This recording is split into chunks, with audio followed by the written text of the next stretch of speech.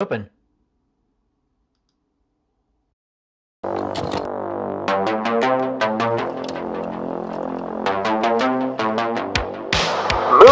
Leftovers.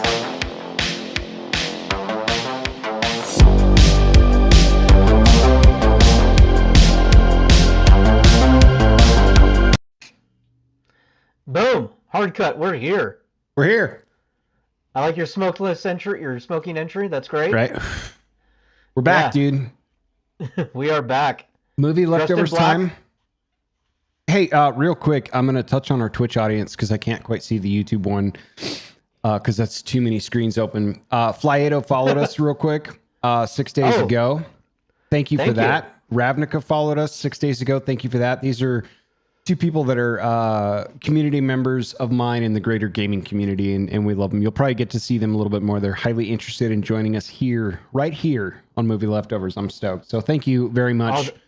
Many blessings. We appreciate you. Thank you. That's so awesome. I'll be happy to have them on. Yeah. So what's new, man? What's groovy? I see you've got a fresh haircut. Number one, let's walk around the room. You're in a dark black t-shirt, which is my uniform for life. I think I've worn a black t-shirt every single time I've done this podcast. You have a baby fresh microphone. Sounds great. Big smiles. You do sound like you might be struggling with a cold a little bit. That didn't even set you back a minute. You're here. Are you good? You feel good? Yeah, I feel fine. I don't feel like I got a cold. Right. Maybe just a little tuckered out. It's been, crazy life. You know how it is. Oh yeah. But feeling good. Yeah, feeling good so far. How about you, man? I'm fucking great. If I was doing any better, I'd be two people. Two people. I wonder what two angels would be like. Terrifying. Yeah. You would take over the planet, wouldn't you? I'm not sure. I know one of us would have a lot of work and another one of us would have a lot of free time, and it would probably still amount to a grand total of not much produced. So, be like, no, you film it. No, you edit it. No, you film it. No, you edit it. It'd be that kind of thing. Is it like Highlanders and there can only be one? Like, would you have to take him out? No, we're allowed to be together in short periods. It's just one of those things. Yeah. You absolutely have to, you have to fade in and out. Otherwise, it's like one of those space-time things start to rip apart, Mm-hmm. So I keep him a little north of me. Yeah. Fantastic. I stay south. We're here. We recently watched Young Guns. We did. Because we're middle-aged men watching Young Guns. Bruh. Yeah. I have thoughts on this film.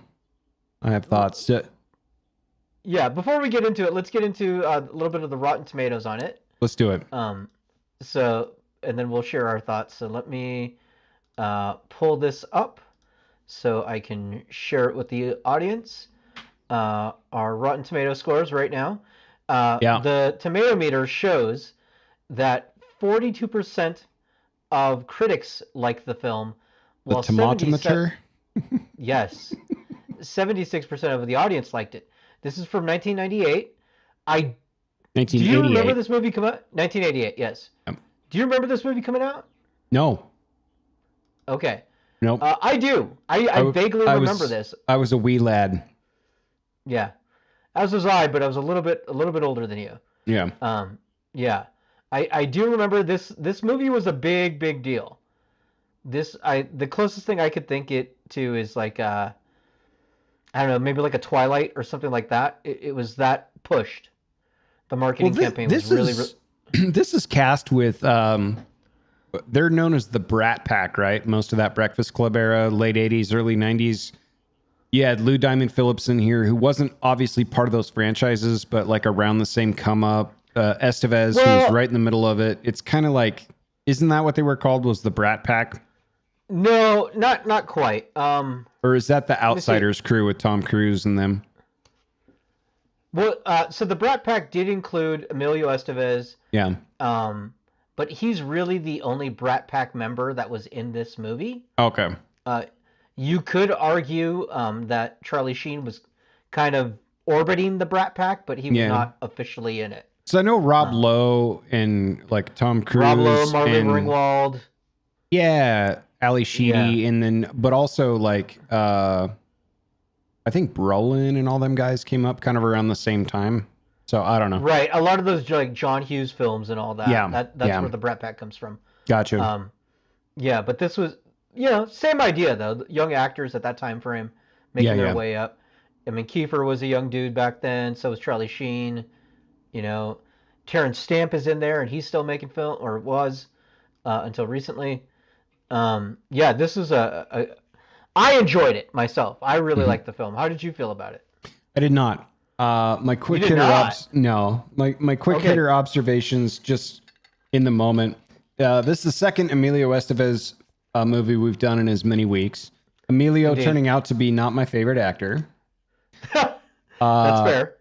This was shot as a period piece, but the pacing was so off that I kind of lost the narrative, and we'll get into that after the break. And then my standing question: Would this movie have been better as just another Billy the Kid movie instead of an ensemble piece? That's a good question. That's a good question. Yeah.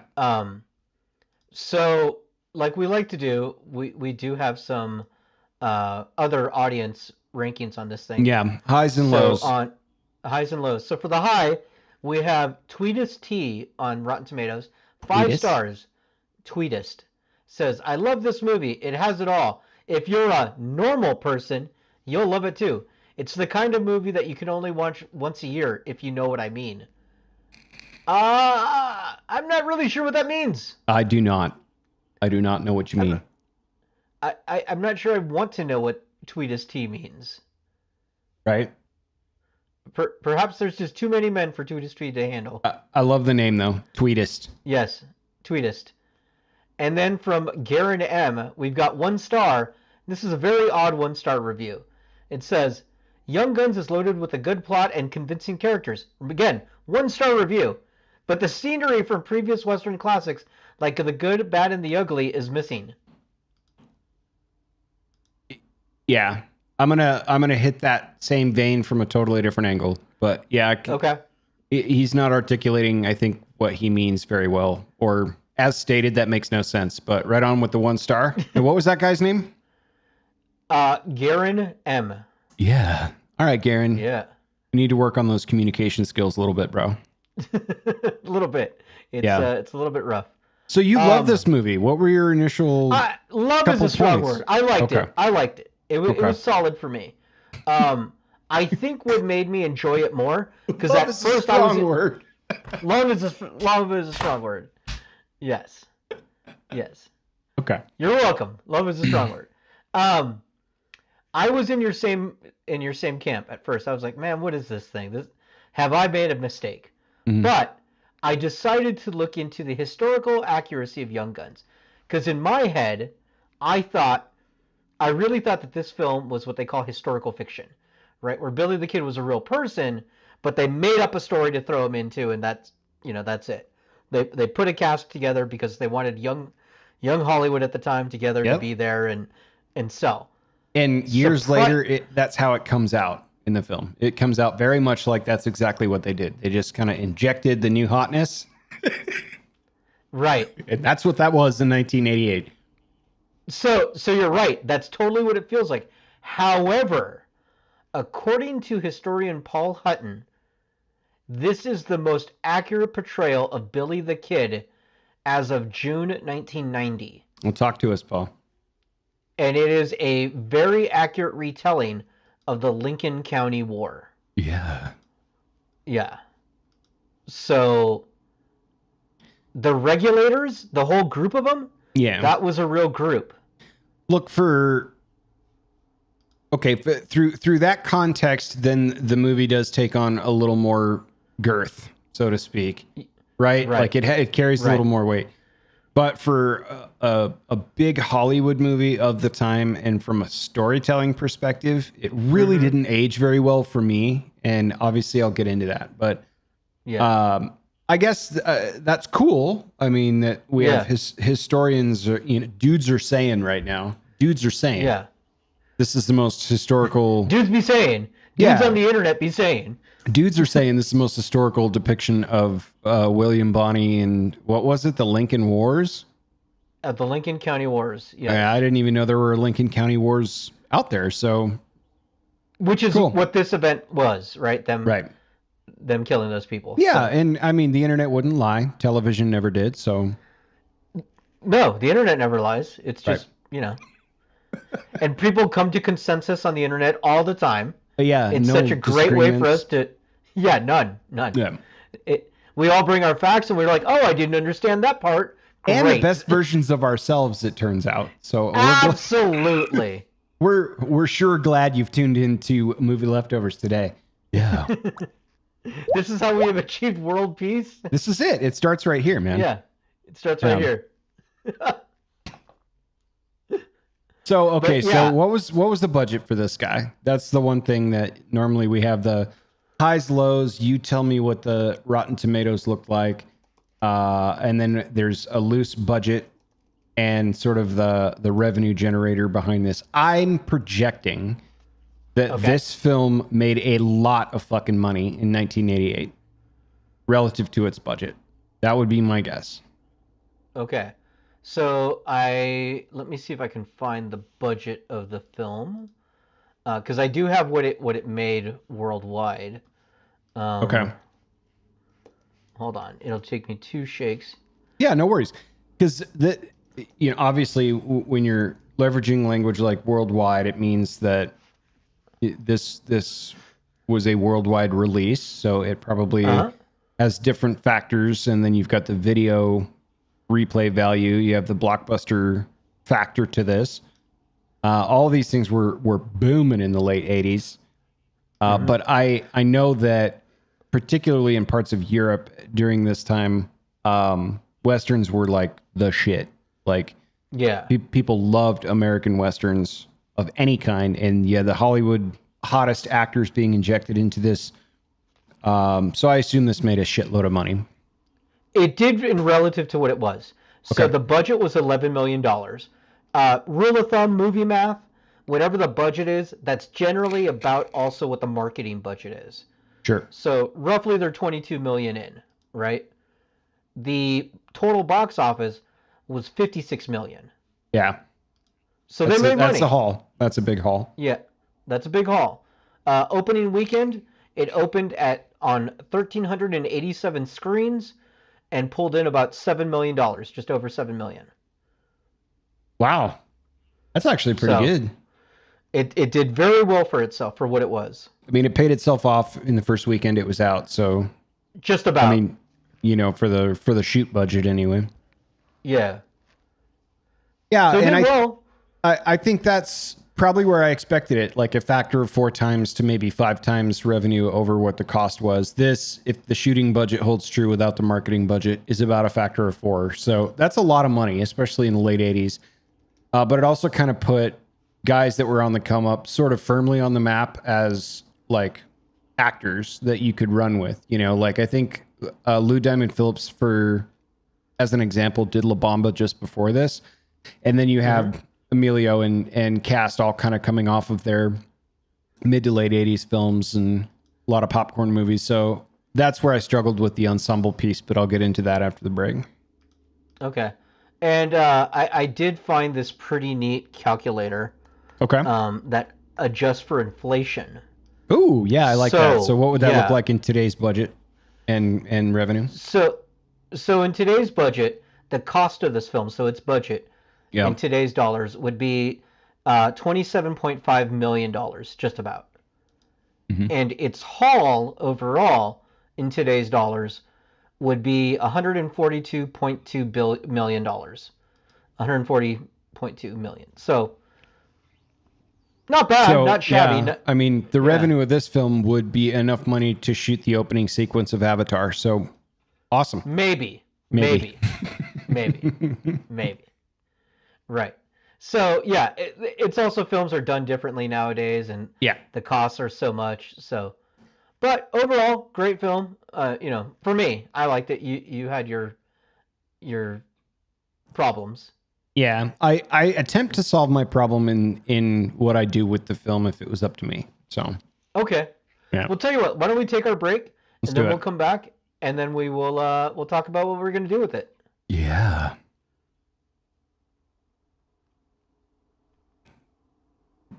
Welcome back to Movie Leftovers. There you go, baby. We're back. It's almost We're like back. we didn't. It's almost like we didn't go anywhere. We didn't go anywhere. One of these days, when we get a "Be Right Back" screen, I'm gonna come back in a completely different outfit. Like days have gone by, maybe a full beard. I don't know. I feel like you would look good with a wizard beard.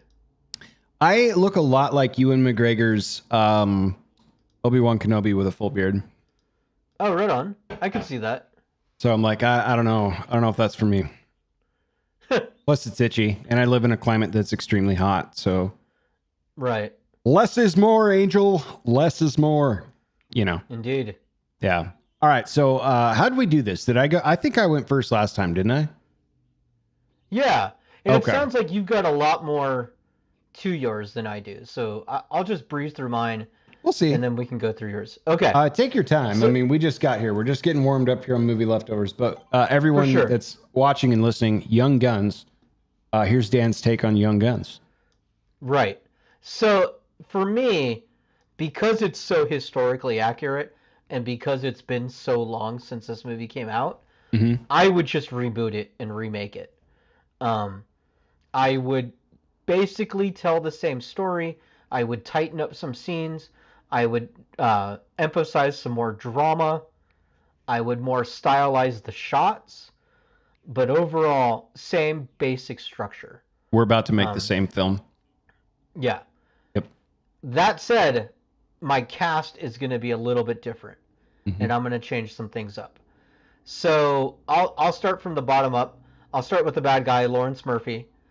I think that's because you want to go with the spirit of the film, right? Billy the Kid died when he was like 21, so it's going to be a young guy, and all the regulators were about similar ages. So you need an older presence, somebody who's got some weight in Hollywood.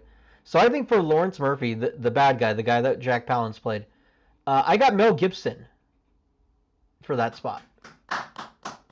Yeah. I think it fits. For John Tunstall was a man from England and was just trying to make his way in America. So I figured we'll get someone from that same area. So I picked Jude Law.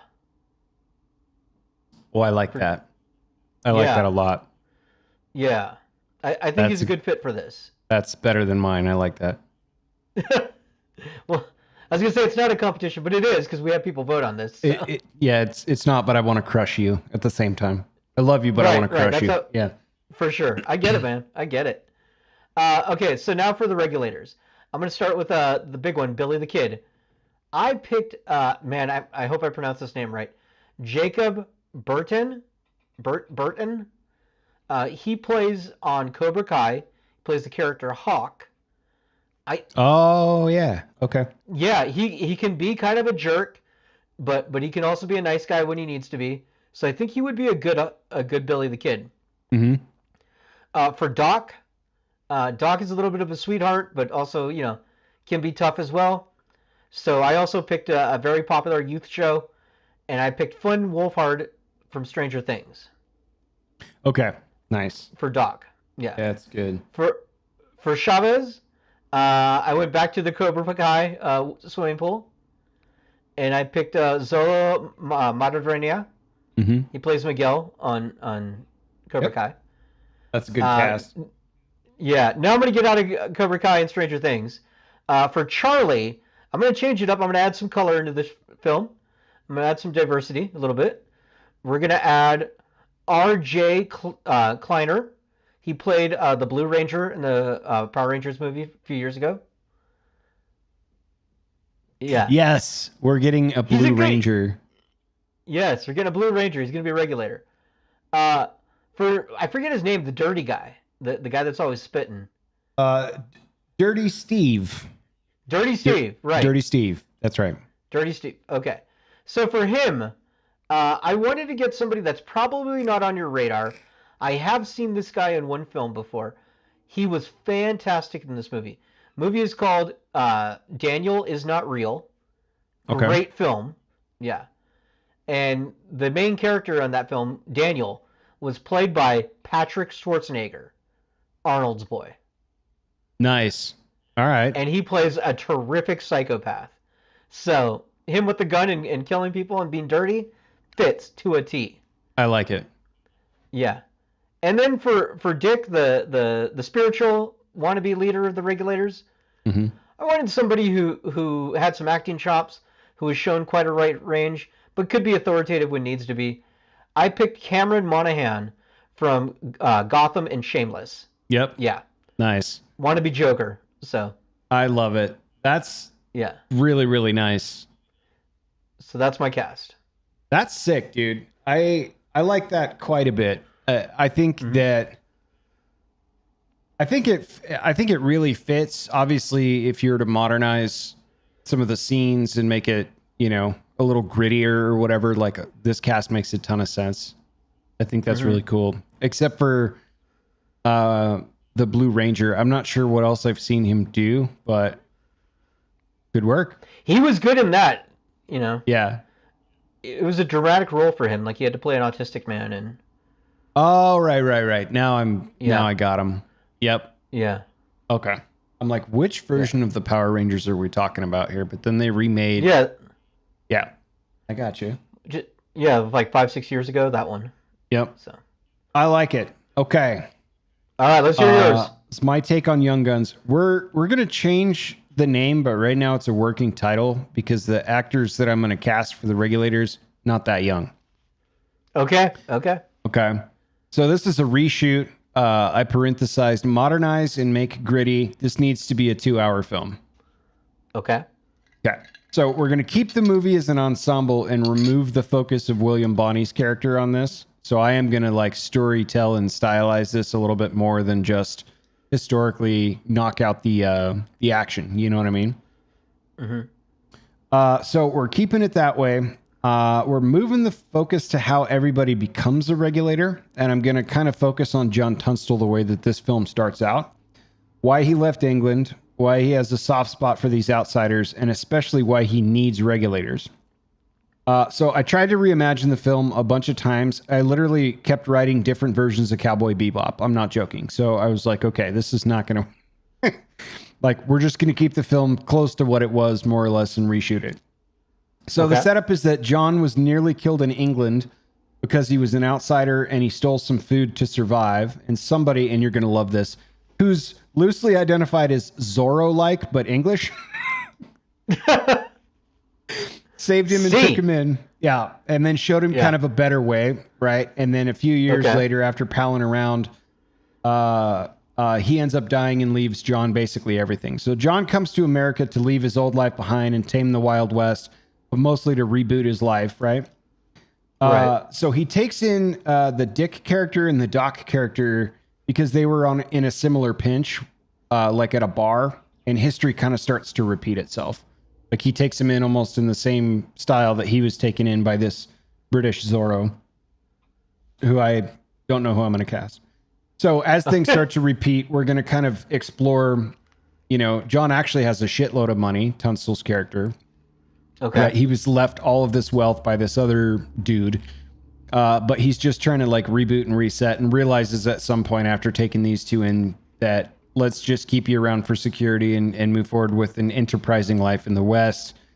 Okay. You I know, was about to ask, is he still in England or is he in the West at this point? no, he's in the West when he finds them. Like Okay. kind of same pinch. They're about to get shot outside of a bar, destitute. He saves them and takes them in. So we're going to kind of explore a lot around John, a lot of what his enterprise is about, whether it's nefarious or not, I'm not too sure, or if it's suspect or Right. not, I'm not too sure, but he needs regulators because he keeps, you know, running into other enterprises that want to take him out. So here's the cast. Right. It's the Wild West. Yep. We'll start with John Tunstall, who I'm going to cast Jonathan Pryce for. And he was okay. the main villain from Tomorrow Never Dies, the Bond Yeah. film. Yeah. So Doc Scarlock, I've got Dave Franco in there. He's going to play Doc. Okay. Okay. Billy the Kid or William Bonney. I've got Charlie Hunnam in there. Oh, that's an interesting pull. Yeah. Yeah. Charlie Hunnam did the Sons of Anarchy. Yeah. He was And Jax. and most recently the Guy Ritchie film about the Sword and the Stone or whatever that was. Yeah. That one. Okay, so the Jack Palance character, the evil bad guy, I'm bringing Right. Matthew Modine back in the house. I want to see what Matthew Modine's up to all these years later, and I think he'd be a kind of a sick villain and more of a grittier version of the story. So I'm pretty sure Matthew Modine lives in Spokane there you go. Let's call him up. because I've seen him around town. So I had a toss up with Dick, so I'll let you pick who Dick is going to be. Okay. I want Orlando Bloom in this role because he's Okay. kind of older too. But because he's kind of older and on the cusp of this not quite so young guns, I'm thinking Aaron Paul might be good as well from Breaking Bad. Ooh, I mean, I like them both. Mhm. And I feel like both of them were so good in their first big role. It's hard not to see them as that. Yeah. But man, in the old west, you need science, bitch. So I say Aaron Paul's going to get the nod here. Okay. Yeah. Dirty Steve, Hayden Christensen. Ooh. But the problem with Hayden, he doesn't like sand. It's rough and coarse, and it gets everywhere. And it gets everywhere. But Yeah. I do think, like, have you seen the movie that he was in called Takers? Yeah. Okay, so, and he's just savage. He's covered in tattoos. He's quiet, well-dressed, well-spoken, but he just, like, annihilates people with his hands. Like, I think he put a little grit in his teeth. He could be Dirty Steve and just be, like, a real psycho. I think he's got There's that range. another movie he's in called Shattered Glass. I've seen it, And it is amazing. He does such a great job in that one. Yeah, I think it'd be fun to see him as Dirty Steve. Charlie Okay. got away with the ladies, gets married, wants to go back to his wife. Got to be Jared Leto. Kind of has a breakdown. Then it at would the be end. going back to his ladies, his harem. Because it's Jared Leto. It Yeah. might possibly be that. Right. And then I'm going to cast Chavez as with Dev Patel. Oh, okay. Yeah. Okay.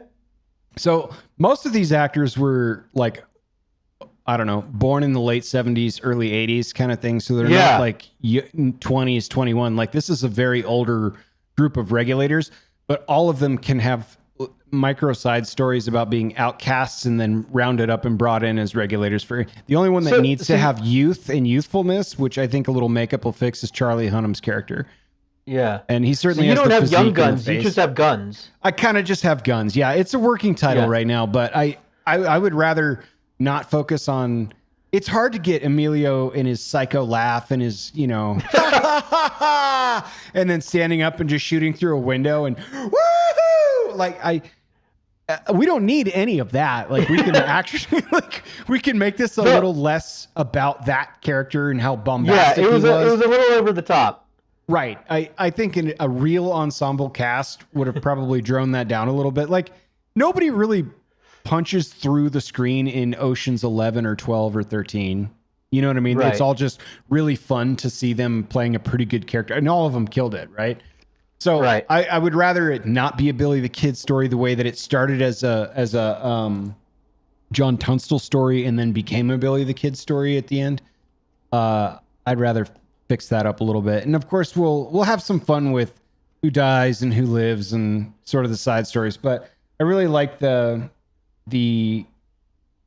Doc Scurlock, Dave Franco bit. And I think I really like Jared Leto as Charlie, but I really enjoy your cast too. I like your John Tunstall. With your cast, it's Morbin time. So Yeah, that's the most important thing. that's true. Yeah. But yeah, other than that, I didn't have a whole lot. I looked at this and I started making notes, and over again, I came back with like some weird version of Cowboy Bebop that John Cho was in. I don't know if you've seen that series or not. I've seen it. Yeah. It's like, how do we mix some Wild West in a modern way? And I just kept like reliving those scenes. And I'm like, this movie's fine how it is. We just need to focus on one narrative and then expand on the story a little bit. And I chose the ensemble route with more of a regulator story than a Billy the Kid story. Whereas I think yours being closer to the script would be the antithesis of that, but with the same mindset. Like, modernize this, make it a little grittier. Some of the scenes were very incoherent. Like, it just... Some need to be trimmed up and some timing. need to be extended. Yeah. Exactly. The pacing of the film is what fucked the narrative for me. It's like, you guys edited this incorrectly, I think. I bet you the film is way different if we got the uncut version and then we could chop it into a different version of the exact same movie. Would probably be okay, but I just But that's felt any like, movie, man. Some yes, some are just done brilliantly, but like I just Yeah. thought Emilio was just so fucking over the top in this, and it was another one where I'm like, I just came off the Mighty Ducks. I'm not sure I'm ready for you again the way I thought I was, because I went into this with Yeah. high expectations and they went down. So Right. yeah, that You was my know, take on it. if only Emilio had played Gordon Bombay like this, Right. just a psychopath in hockey, that would have been Exactly. so much fun. Just getting in the kids' faces. Yeah. Just smacking the puck and just laughing maniacally. Learn to take a fall. Yes. As he's skating, just stick in the air, just waving it around. Oh man, that would have been a better Casey film. Conway agrees to go on a date with him, and he just starts firing guns off in the air. Yes.